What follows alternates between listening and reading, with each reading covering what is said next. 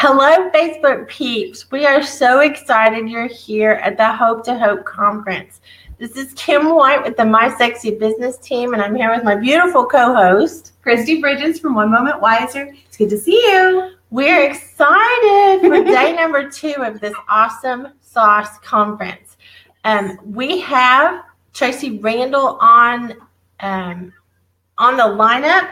She says she can hear us and see us, but we cannot hear her, and she's frozen in time. Beautifully frozen, I might add.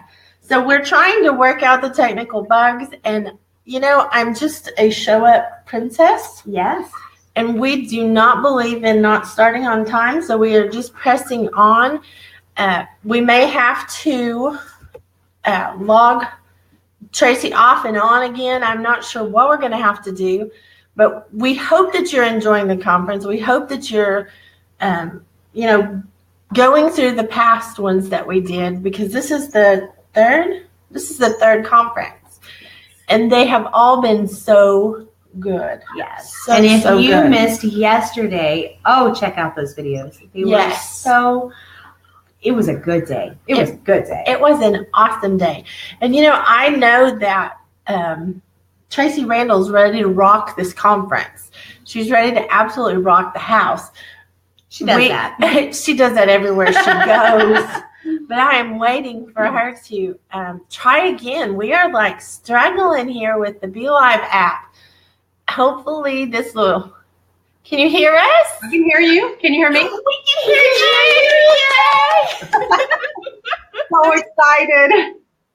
Oh my goodness, we're so excited, and I don't want to delay. You have so much going on. You help me with your introduction so I don't get it wrong. You are the founder and CEO of Millionaire Academy. You are a cancer survivor. No, but I work with families that are. I educate families on the prevention of cancer. God just put that in my spirit, but I had a bout of skin cancer that my body healed itself. So I guess you could. I don't call myself a cancer survivor. I forget about that. I didn't go through the struggle that most people do. I didn't forget about it. And you have a wonderful husband of, is it 34? I think so. I can't remember. I'm terrible.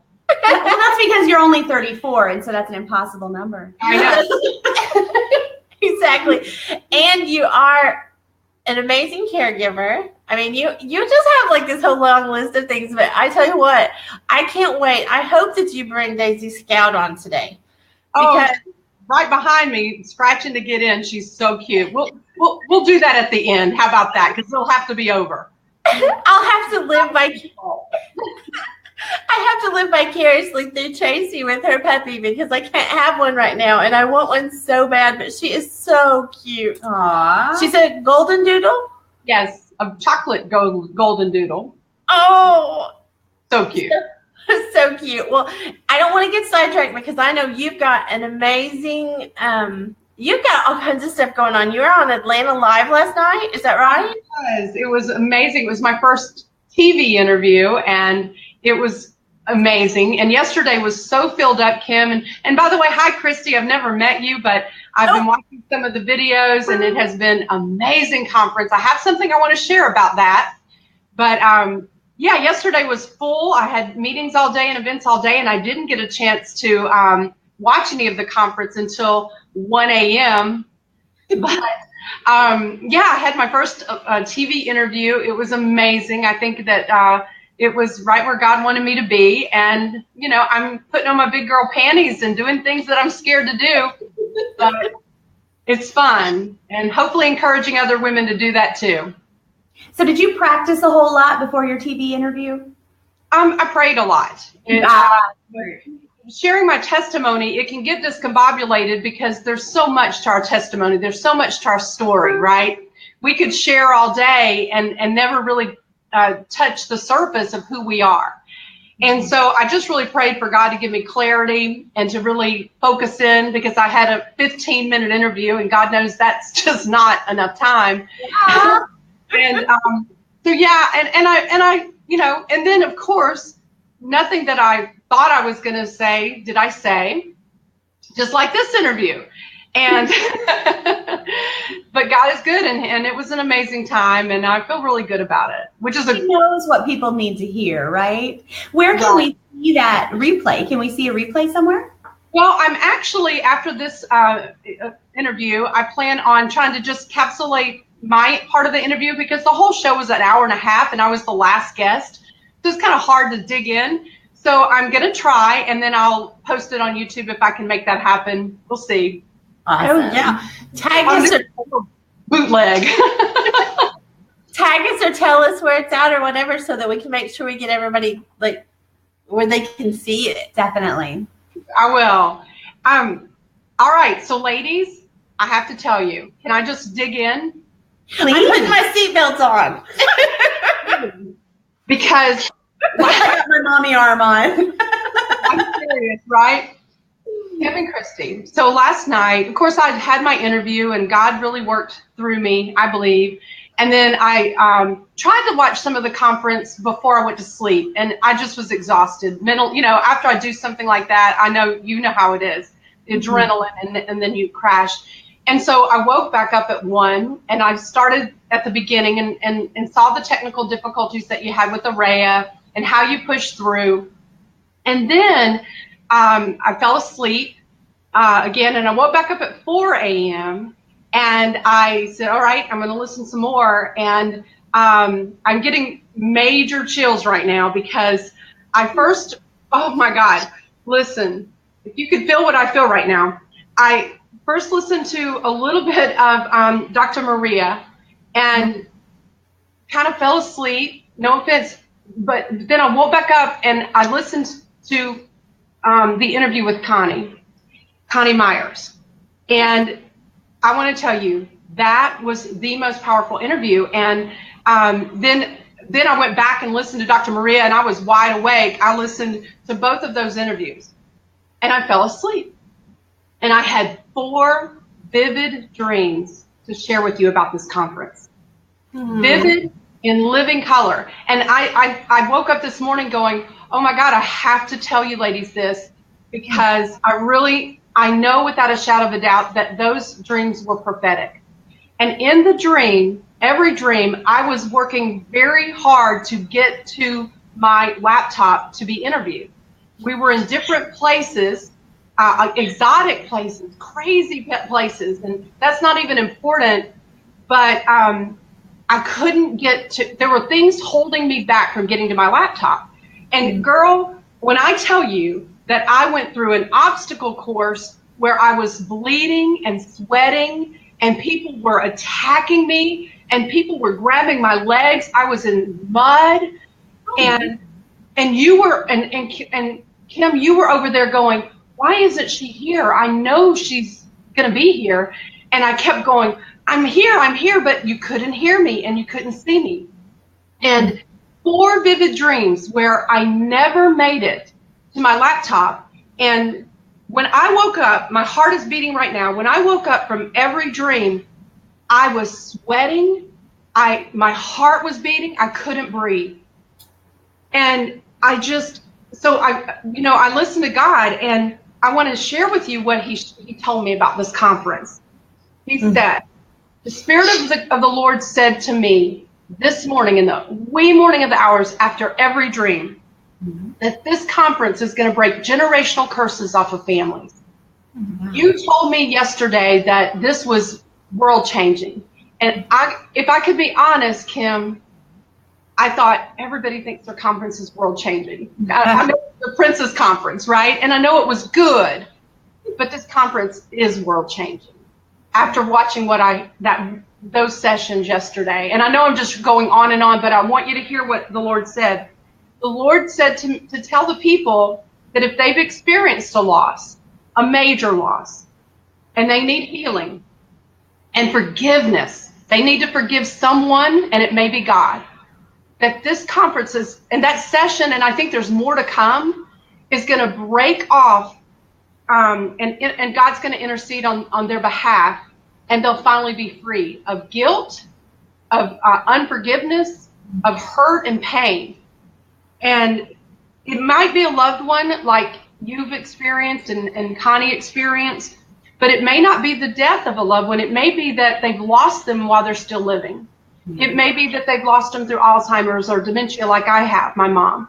Or it may be that there's a child that's gone somewhere and they've lost them, or they feel like they've lost them. It may be a job. Maybe they've lost a job and they are hopeless. And also I got a real strong this morning when I was writing my notes, which I'm not surprised that you couldn't hear me, because guess what? That was part of the process, right? I was like, really, God? Because I fought last night to get on the show, in my dreams all night long. But I also heard in my spirit that if someone's has experienced a loss of a home through fire, or even just through the loss of a home from financial reasons, that God's going to restore everything back to them. And this conference is going to be a place where their mindset will shift. Yes. And that all of that's going to be restored, maybe not tomorrow, but it'll be restored mentally for them. And it's a conference of redemption and restoration. And the enemy wants to try to stop it. And here's the last thing. I want the people from this to go back and listen to those sessions that they have missed, and listen as much as they can, but they have to listen to Connie's session. I have to just say that they have to. That's session 7. Hear with your heart, not your ears. Be present, take notes, and ask God what he wants you to hear. Yeah. And he will show you. And so that's all. I just had to get that off my chest. Wow. You are so amazing to me. And I have to tell you, I know that you are so much connected to us. I have known that when we actually spoke at a conference. That's how we met. Right. And I have never not known you, I guess I can say. You are amazing. I thank you for sharing that, because that's going out on a limb to share something like that. We do believe it's world changing. And we do believe it's because we have the right intention, we have the right motives. We're not here to sell or to recruit or to do any of that. And the truth is, those things are just fine. We're not saying that's a bad thing. We're just saying this is not where it's at. This is to make connections and help people learn how amazing you all are. Because I think that's the thing, is everybody that's come on, everybody that's asked to be on the Hope to Hope, they mean something to us. Like, they mean something. They've done something in their life to influence us, and we want to share that with the world. And you are definitely an influencer of influencers. You have I think you still don't know. I think that's the truth of the matter. I think you still don't know how amazing you are. You have come through a lot, and you are going through a lot right now. I know you're open about it, so I'm not really telling a secret, but you're struggling with taking care of your mom, who on a daily basis, it's a battle because of the Alzheimer's. Right. And it's wearing, it's exhausting. And yet you still keep showing up. You still keep showing up and being absolutely amazing and helping all these people get through things while you're going through something that's pretty major. And I don't want to miss that. Like, I don't want that to be, I don't want us to just go past that quickly, because so many people right now, yes, or when they listen to this, they have something major going on, and they think, there's no way to be a blessing to someone else, or there's no way to encourage someone else when I'm going through something. Right. And yet you're proof that you can show up anyway. Well, thank you, Kim. And, I have to just be honest. for me, it's healing to share it. If I just sit in my house trapped in this world that my mom lives in, and I don't, help someone else get through it, then I would just roll up in a ball. I'd curl up in a ball and wish that I were, not where I'm at. And, when I went to go get my mom in September, I had no idea what this was going to mean. And I have to tell you that this is terrible to say, but I'm just going to say it because I have to be honest. I do love a challenge. And my challenge was I wanted to turn my mom around. I wanted to be the person that fixes it. I wanted to be the fixer. And I think as women, so many times we want to be the fixer. And when we can't fix something, we feel like we are not good enough anymore. We're not worthy. And, and so I brought her here, and I really believed that in 90 days, I'd have my mom back. And I would also, this is so tacky to say, but it's the truth. I would also prove something to myself and to other people that I could do it, right? And so I don't have really, everyone says it's really honorable to take care of your parents, and maybe it is. I don't feel like I'm doing it for honorable reasons, but I'm doing it. And so I did turn her around physically. Oh my God, she's incredibly healthy, off 6 medications under my watch, but mentally, I don't know. And so the Hope to Hope conference is, about, well, if I can't fix my mom, then how am I going to live with that moving forward? And the way I think that I do that is by reaching out to other people and saying, this is what works for me in dealing day to day with my mom. This is what I'm going through. How can I help you make your life better? And I was going to say, I joined this group online of support for caregivers. And I'm reading these posts, and these people are hopeless. And they're hating their loved one, and they're hating their lives, and they're just, some of the disparity that's there. And so I'm really just asking God, show me how I can, even if I don't turn my mom around, which I would love to be able to do still, not giving up hope of that. But even if I don't, how can I help other people, I don't know. Well, and you're handling it so gracefully, but yet so transparently. I think that's one of the keys to our influence, is when we're able to be vulnerable and say, this is really hard and it stinks. Like, this is not something that's all, rainbows and lollipops, and we just think, well, she's just perfect. Because, looking from the outside, I'll just tell you the outside view of you. On the outside view, you are absolutely gorgeous. You have it all together. You have everything going for you. You can't relate to me because I have this problem, and you're perfect. And so when you come on and you bust that myth, and you're honest and vulnerable, and you share that this is a struggle or whatever the struggle is, it's so powerful, because then people can say, oh, I'm not the only one. I'm not the only one that's going through this thing, because I'm positive that has to be how it feels. It has to be that you're the only one. Very secluded when you're a caregiver for someone with Alzheimer's. I'll give you this great example. Sometimes it's kind of good that she doesn't remember, because I am so not perfect. I suck at this in so many ways. But I forgive myself too. God gave me the grace to forgive myself. And I think that this is a message that everyone needs to hear, no matter what they're going through.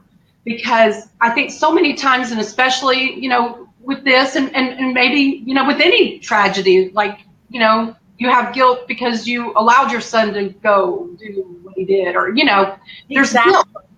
And so when I am so impatient with my mom. Like yesterday, we're getting ready to go somewhere. She's slow as molasses. My biggest deal is I'm not late for anything. I'm early. And that's just me. I don't like being late. When I'm late, it makes me cranky. So I have to remind her, put on your coat, because she doesn't know it's cold outside. I have to remind her, go get your purse, put on your, get this, get that. And it's like, and then I've got Scout jumping on my little dog, and I got, 10 purses, because I'm on my way to an event and taking her because she needs to get out. And then all this stuff, and we get out to the car, which is a huge process.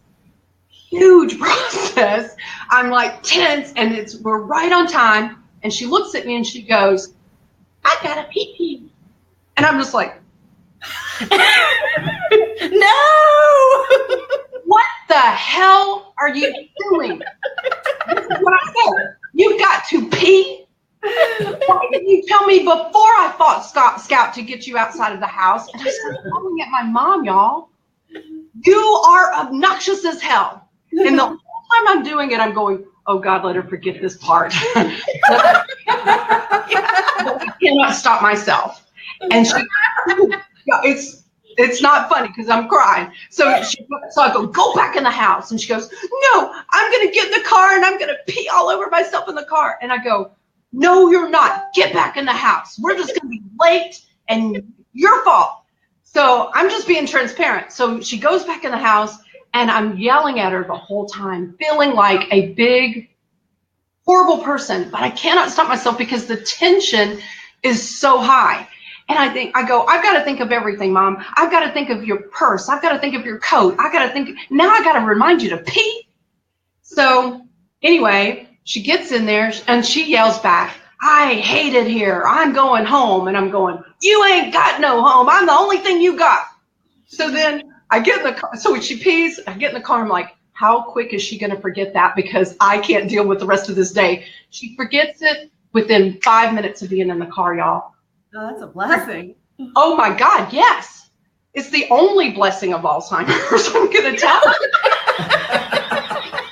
you.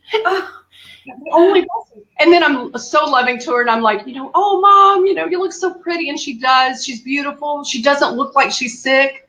That's the other part of it. She does not look sick. And so you just forget.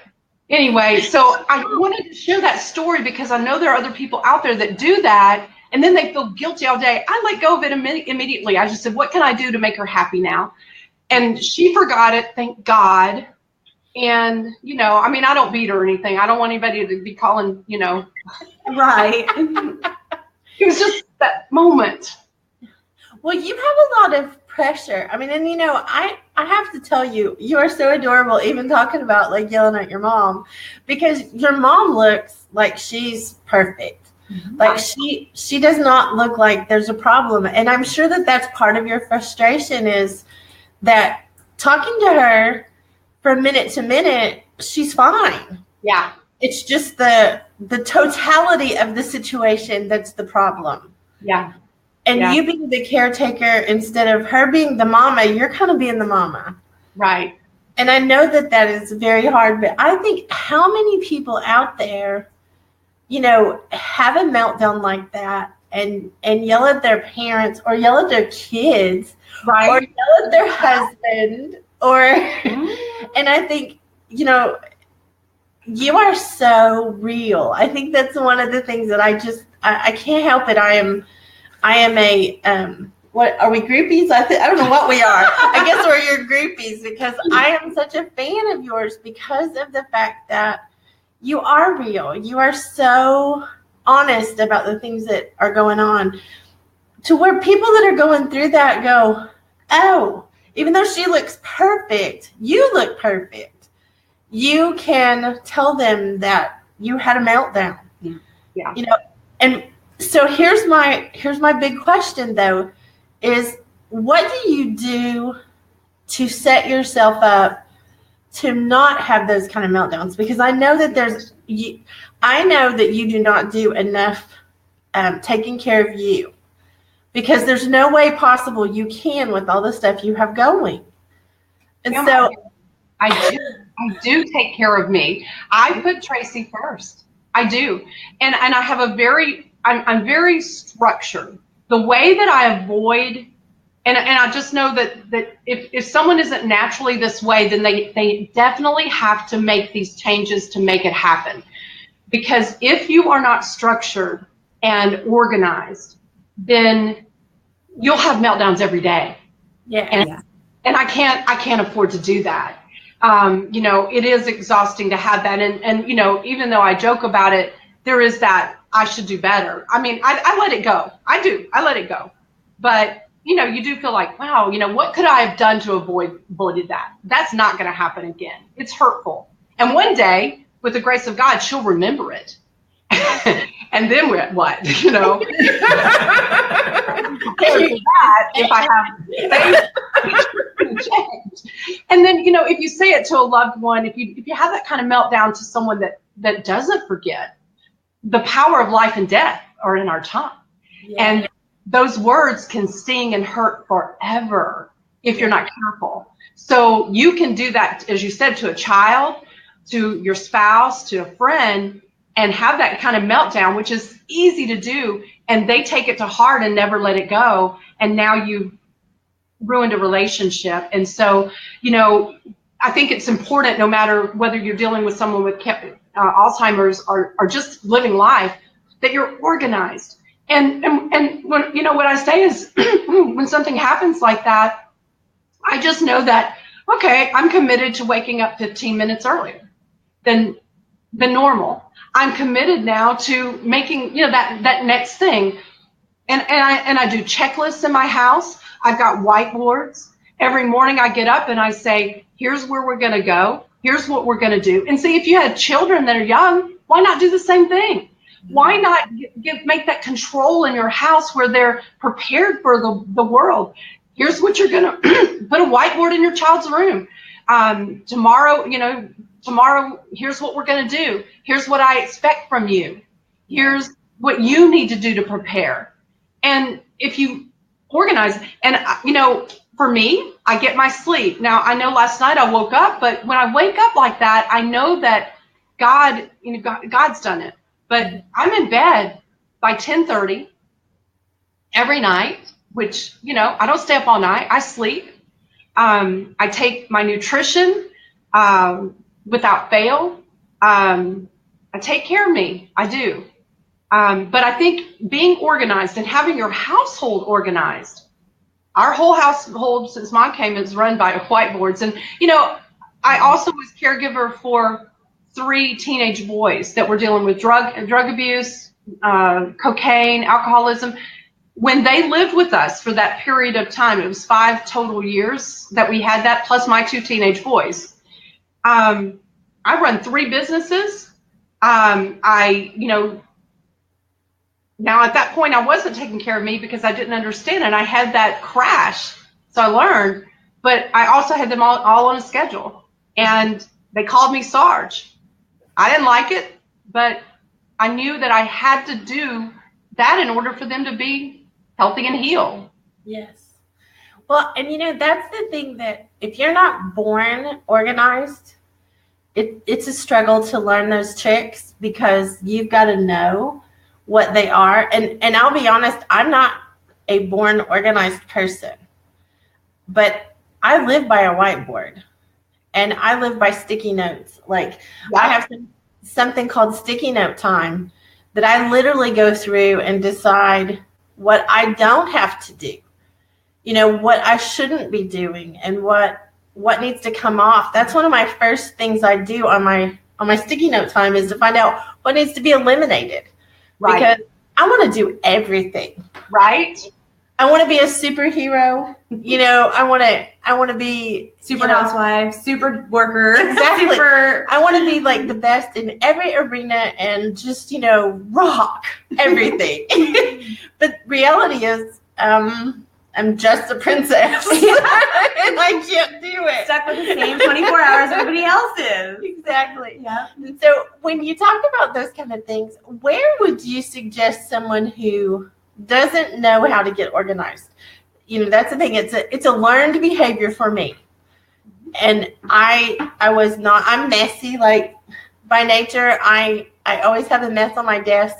I want it to be clean. Right. Like I desire to walk in and have one of those like modern offices where everything is, shiny and just nothing anywhere. But reality is I'm a princess. I keep going back to that. And I have stuff.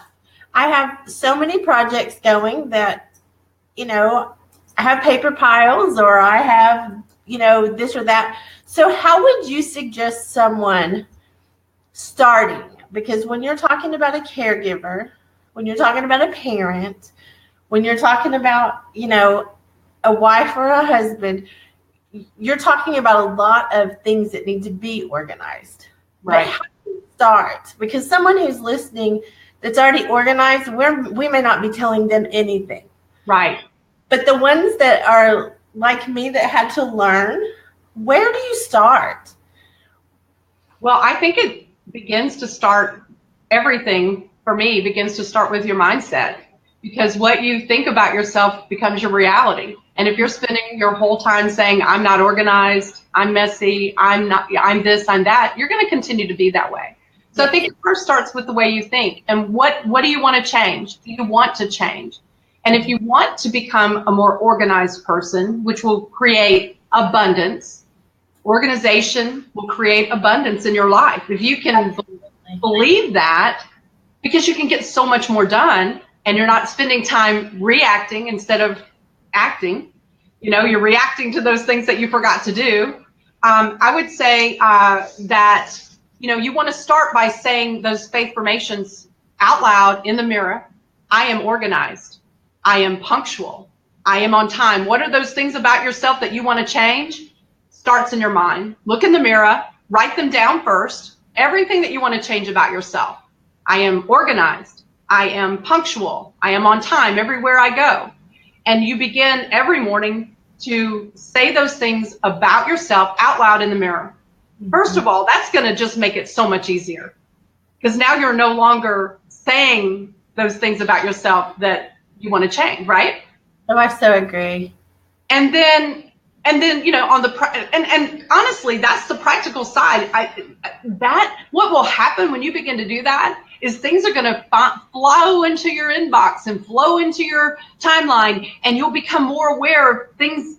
It'll just happen organically, because I could, unless you had all day, I could probably, what's going through my mind? How can I create a package where I can teach people how to be organized? And I'm thinking, holy cow, just no, I can't do that. I got crazy people behind me. And behind doors is crazy people and dogs. Serious, all of them that live in there. Oh, I'm gonna just come over and I'm gonna pet the puppy while you teach me how to be more organized. Since you have all this extra time. They're listening too. But anyway, I say, I love your sticky note idea. Begin to write down the things you want to accomplish the night before. What really is important for the next day. Write those things down. And I do have sticky notepad next to my bed, because if I wake up in the middle of the night or somewhere and I think, I've got to do this, I just write it down. So sometimes by morning, I might have a stack of 8 or 9 sticky notes. And this is just a practical thing. So I have 8 or 9 sticky notes next to my bed. And then when I come into my desk, I sit down and I take those sticky notes, and on a sheet of paper, I write them all down again. And then I cross off those things that really don't matter, and I prioritize. But I also love to surprise myself with something fun, because those things that we have to do, even us organized people, we're like, whatever, because I like to have fun. So I'll say, I'm going to do 3 of these things, and then I'm going to surprise myself with something fun to do. And it might be a post on social media about something fun, or it might be going in and making me a cup of tea, or, taking a walk outside or whatever. So I, all day long, see, you think I don't oh, I take care of Tracee all day long. I do 3 things I don't want to do, and then I do 1 thing that Tracee wants. And Love it. and I don't know if this is helping people get organized, but I do go through my list. Nobody wants to go through a list. Nobody wants to do those things. I don't want to call my CPA this afternoon. No offense. But I have to. So I think part of being unorganized is you kind of don't want to do those things, so you just don't, and you know what I mean? You don't want to do them. But do you want abundance? What do you want? Do you want to live a life of abundance in your relationship with your husband, your wife, your children, your mother, your whatever, financially? If you do, if that's what you want, then you have to change. You just have to change. Well, and I think that's a good word because, do we really want it? Do we really want what we're asking for? And I think that's, and I'm talking, a lot of years ago, decades ago, that I started learning how to get organized because I wanted certain things out of life. And that was my motivator.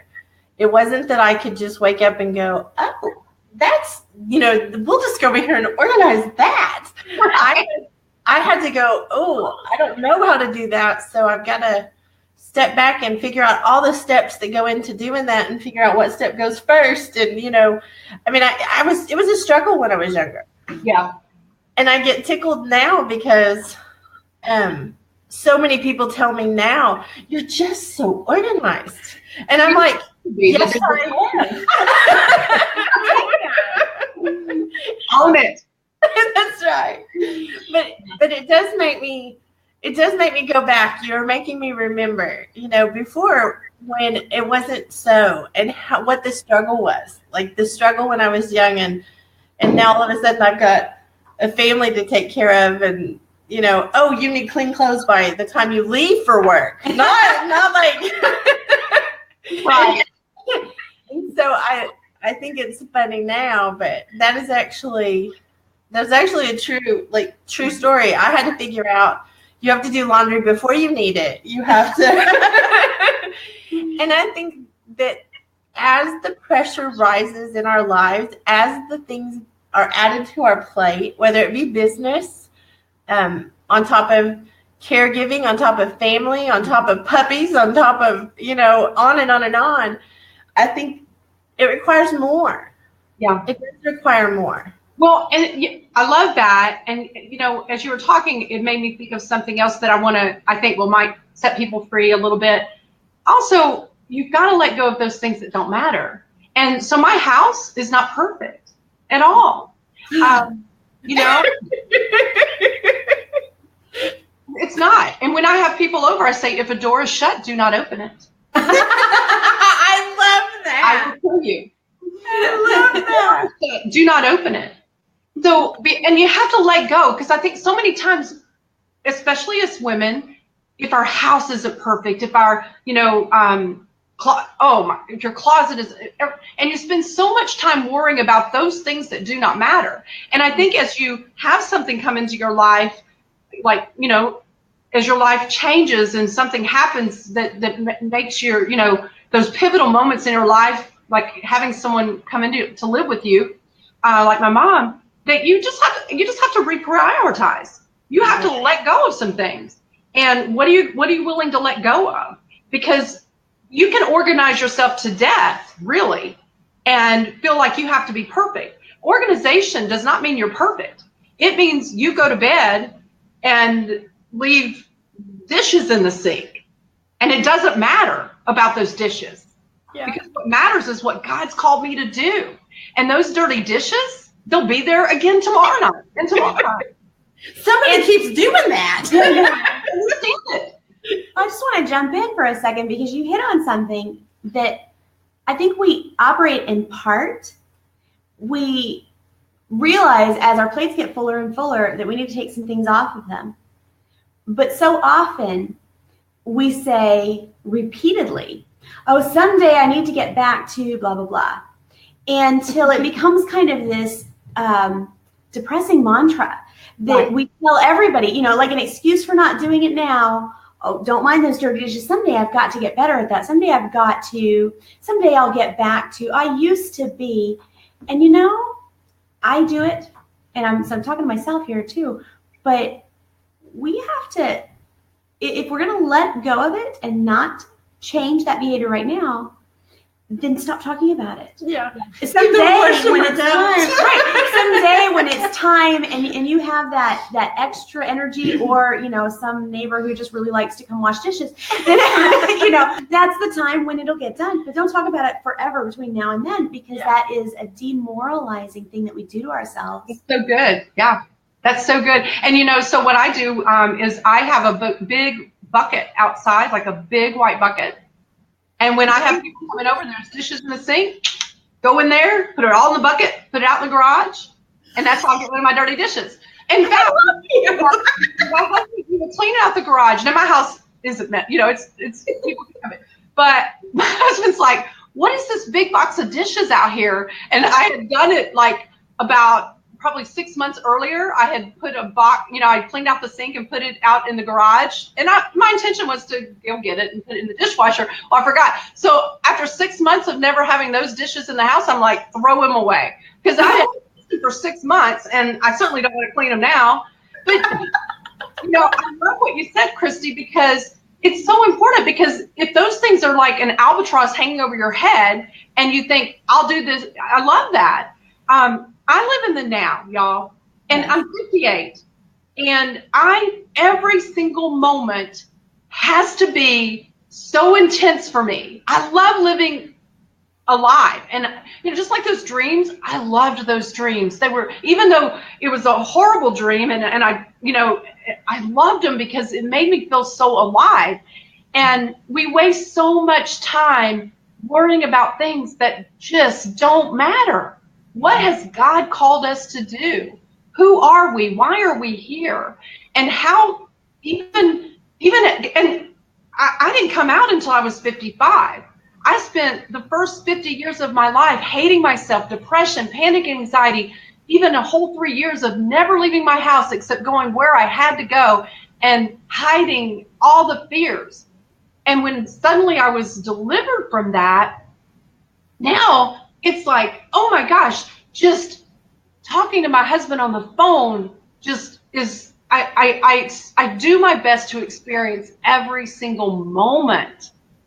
And when we do that, it's just, I don't know, it just makes life worth living, We get caught up in just the day-to-day. You get me tickled, though, because and not over the fact that you struggled, because that is a real thing. Oh yeah. But I get tickled at the day I met you. You walked into the room, you owned the room, you owned the stage, you owned every person in there was not going to even dare say anything. We weren't going to miss anything you said. And I think that is such a contrast to your view from my view. Like, sometimes I think we have to look through somebody else's view to be able to see what God has said about us, because he said all that stuff to you long before you walked out on that stage. And just the fact that you are still being so real low about putting dishes in the garage. And yet you walked out in your little sassy self on that stage, and there wasn't anybody that wasn't going to pay attention. Well, I hid from people for so long that, I feel like I have to make up for lost time, really, truly. I was in drama in high school. I always wanted to be the center of attention, but I never had the guts to audition. Not once. I was in drama, and I was always the backstage, the props lady. I did everything with excellence. No one knew that, I just, every night that the plays were going on and the applause was happening, I wanted to be out there, but I couldn't. And so I couldn't even look in the mirror. And, I couldn't eat at the table with people because if I look down at my thighs, I mean, this sounds so stupid, but I look at my thighs and I go, if I eat right now, people are going to think, why is she eating? Why is she eating? She's so fat and so ugly. Why would she even eat? And so I couldn't even eat dinner with people. It was horrible. And so when God releases you from that, whew, you're going to command that stage, girl, because I don't care what any of you think about me anymore. Thank God I'm free of that. Yes. Well, I think you are beautiful inside and out, and I'm so proud of you. You have not only, rocked the stage where we were at, but you have rocked the Hope to Hope conference yet again. Yeah. Thank you for having me again. I'm so honored. Oh my goodness, I cannot get enough of you. If anybody has any question about it, I should be like the president of your fan club because I think that the fact that you're transparent, the fact that that you are inspiring to me in a way that is very personal, because a lot of the struggles that you talk about are things that I might not have found my way out the same way, but being 51 and telling anyone you're a princess sounds like you have to be a kooky. And so I say it all the more because I want other people to be able to own who they are and not worry about, their thighs, or not worry about, I've gained weight again. And I was looking at the conference yesterday, and I was telling the girls this morning, I said, oh my goodness, I cannot believe, and then I stopped, because it's like, what the truth is?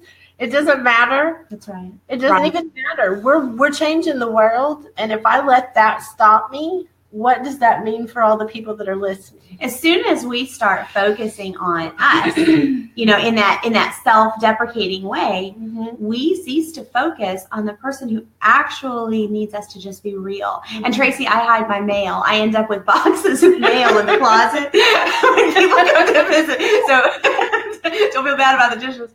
But I love that you spoke out some of the insecurities that we all have. We get to where we're more judgy than anybody else could ever be about us. You know what? If somebody else ever said anything like that, they deserve to be run over. And yet we say those things to ourselves. Yeah, right? Yeah, and I'm so glad. I'm just grateful that you're the person who listens to what God says now. And that, in the middle of the night when God wakes you up 4 times, you're still listening, so that you can, instead of being insecure and self-focused, you're able to come on something like this and share with someone else what God has said about them. Thank you for that. Oh, thank you. And, Kim, when I met you at, was that last year or the year before? I think it was 2 years ago. 2 years. When I met you,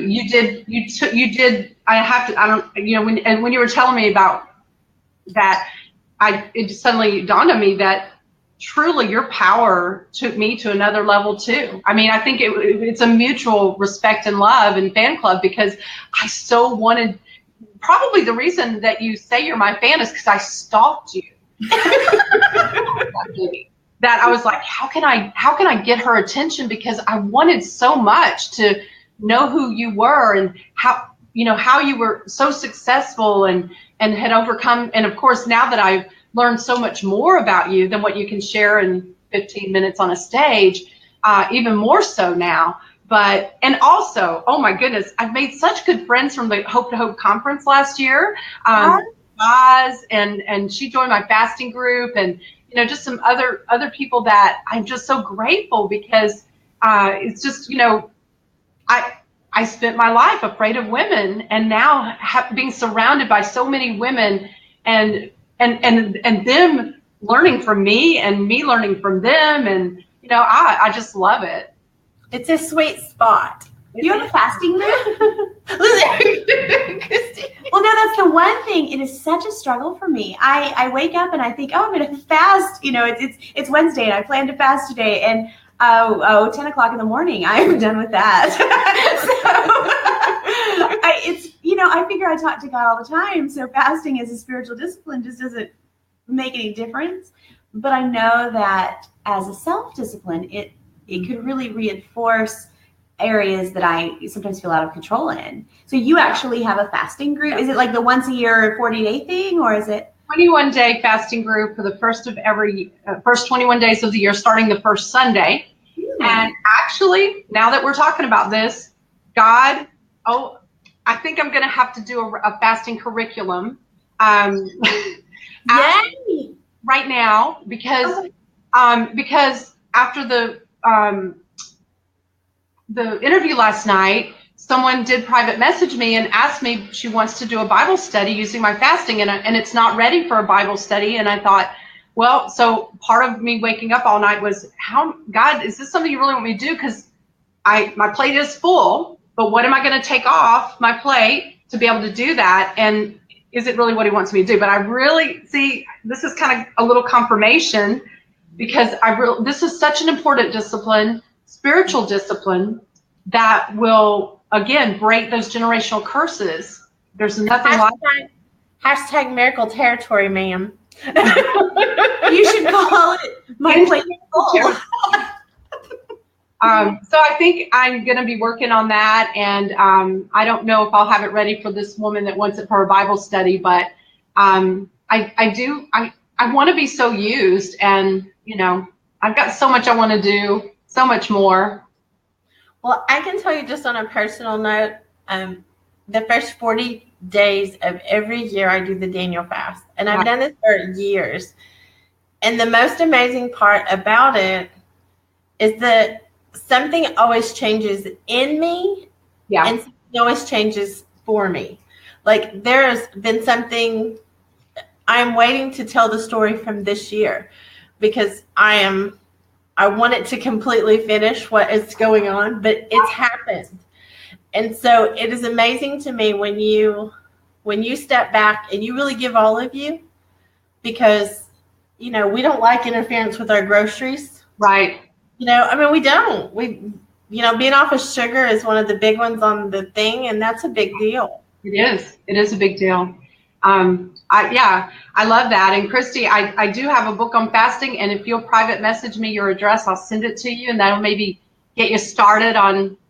I would love to encourage you to do what you want to do with that. It's important. And you don't actually, this is key, you don't have to fast the first of the year. You should fast throughout the year. When should you fast? In times of crisis, when you want to be used by God, when you want God to show you who you are. I'm saying this publicly just for education purposes, but I did fast 3 days prior to the interview last night. You asked me, what did I do to prepare? I fasted Sunday, Monday, and Tuesday, and to prepare myself for the interview, because to me that was hopefully a pivotal moment in what God's calling me to do, and it gave me the courage to do it. And so you can fast anytime, and you should fast throughout the year.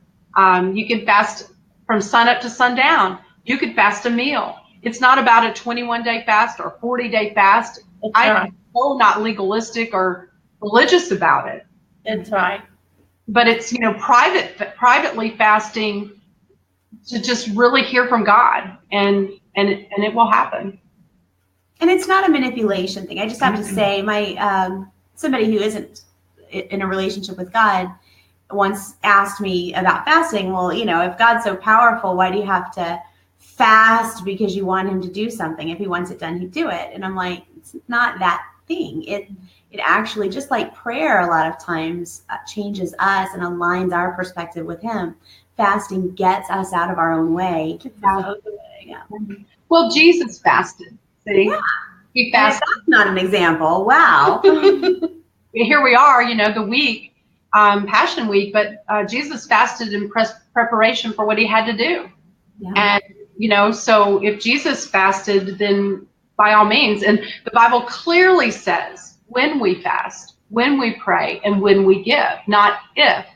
So it's something that I believe, we're all called to do. But, everybody's in a different place in their journey. No condemnation at all. God has to reveal these things to you along the way. And, so.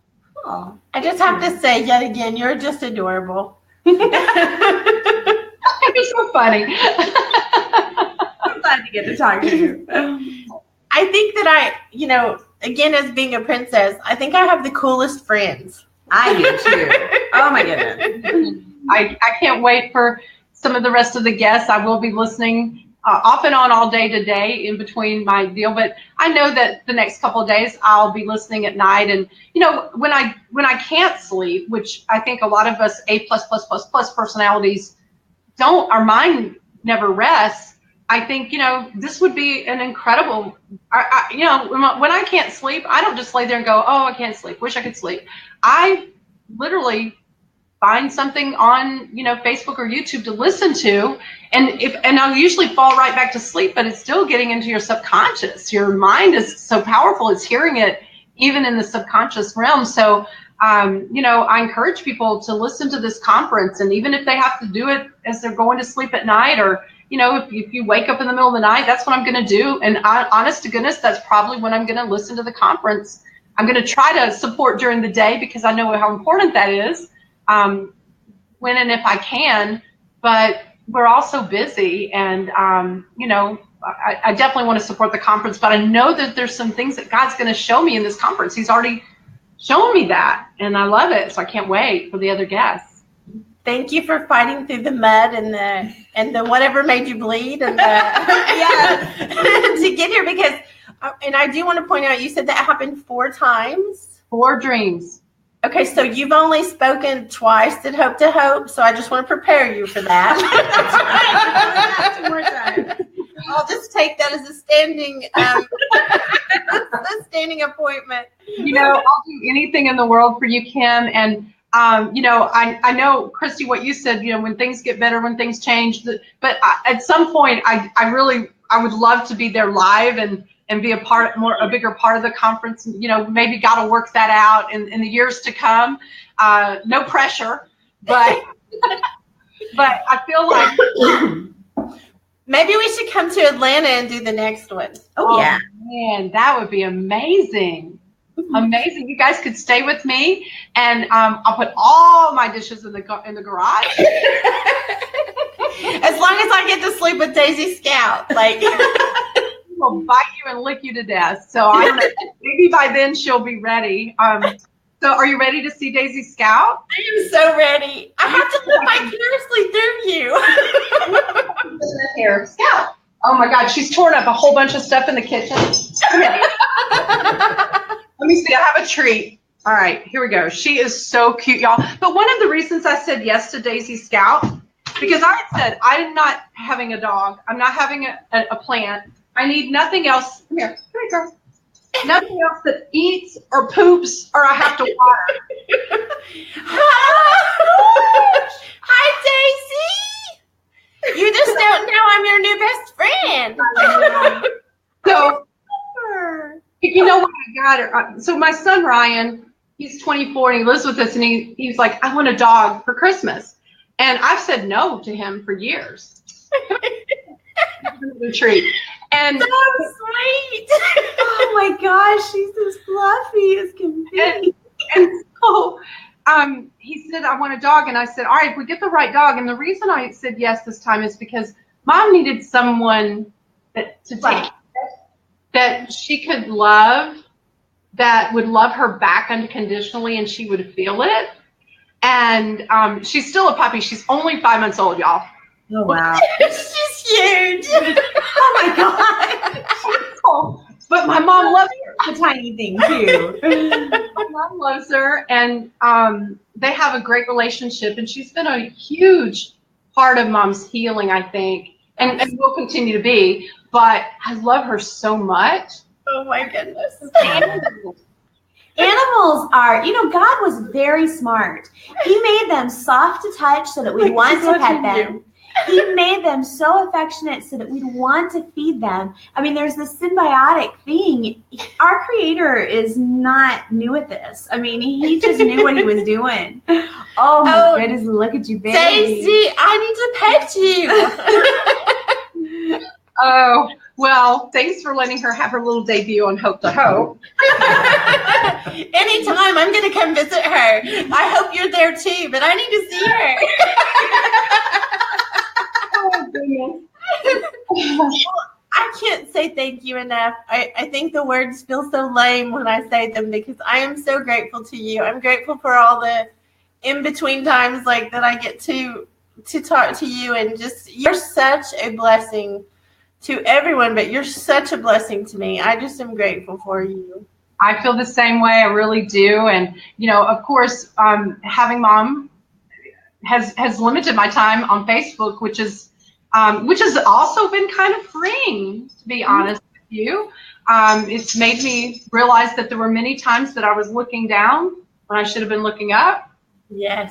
I don't feel guilty about it. It's part of the process. And so now, you know, my time on Facebook is limited. So I love when I see you, and just so grateful for the opportunity to just be able to share. And Kristi, you're amazing. You've been amazing during the conference so far. And I'm just going to pray that there are, even though I know the enemy's going to still continue to attack, because here's the deal. He doesn't want this out there. He doesn't want this hope out there. So, you know, be prepared for more technical difficulties, but just keep doing what you're doing, pushing through them, because at some point it's going to happen. And even if it doesn't happen the way you expect it to, you guys are just, you know, I mean, what's supposed to happen is going to happen. God's going to work it all out, and he's going to work everything out together for the good of the conference, which is going to free up some people. I mean, I believe that the word I shared in the beginning, that generational curses. I mean, there are people out there that their families have suffered with lack and poverty and depression and anxiety and, you know, making unwise decisions and just all of those things. I really see prophetically that this conference will release that somehow, some way. I mean, you know, God's got it. Thank you for sharing that, because it does get discouraging for us when we do have so many technical difficulties and we want to do a good job. And, you know, that's the thing that keeps us going, though, is knowing that it's not about us. Yeah, that's right. And having people like you who are willing to try over and over again. Yes. Log on 5 times before we get you in. Well, it helped me to see Araya's little segment. I'm like, okay, I'm not going to give up. This is how it's going to work. This is how we do it. She had her setup, and she said, well, I'm on all the time and it works. And I'm like, well, there's not a princess involved. It's so frustrating, but you know, I think another thing it shows is being relentless, not giving up. You know, what you're doing is you're showing, hey, I don't care what life throws at me. I'm not gonna never let them see you sweat. I'm just gonna move on and go with it. And oh gosh, I can't remember what it was. There was something that was said. I'm gonna have to go back and listen to it. Oh, do it poorly. Oh, that thing about doing it poorly. Yes. Listen. I'm kind of mad at you about that. Who said that? Which one of you? I'm so mad at you about that, because honestly, when come here, I gotta hold her because she's biting me. She's love tapping me. But when that girl asked me about the Bible study, I'm like, I just can't do it because it won't be good enough. I can't do it. It won't be good enough, blah, blah, blah. You know, it'll take me forever to get it perfect. And then right after that, I had to hear that do it poorly. Yeah. Oh, sugar. And I'm like, oh, crap. Now I got to do this thing poorly. I'm so mad at you. I just remember that. Everyone gets mad at me when I say that, but I really do teach that. I really do believe it, that if we will just do it to the best of what we can do, that's not an excuse to do it, you know, poorly on purpose. Right.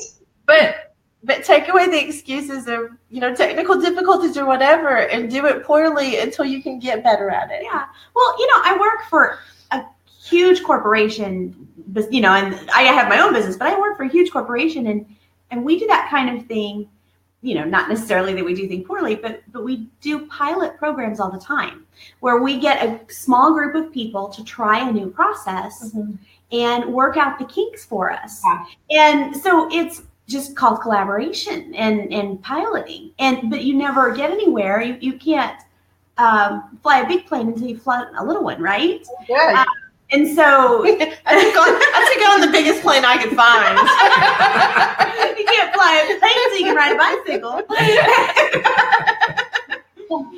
Well, thank you for being with us. We're going to have to we don't want to let you go. We don't want to keep you, but we're going to have to shut it down. The next session is going to be at 10:30 Central Time, 11:30 your time, and 8:30 in Vegas.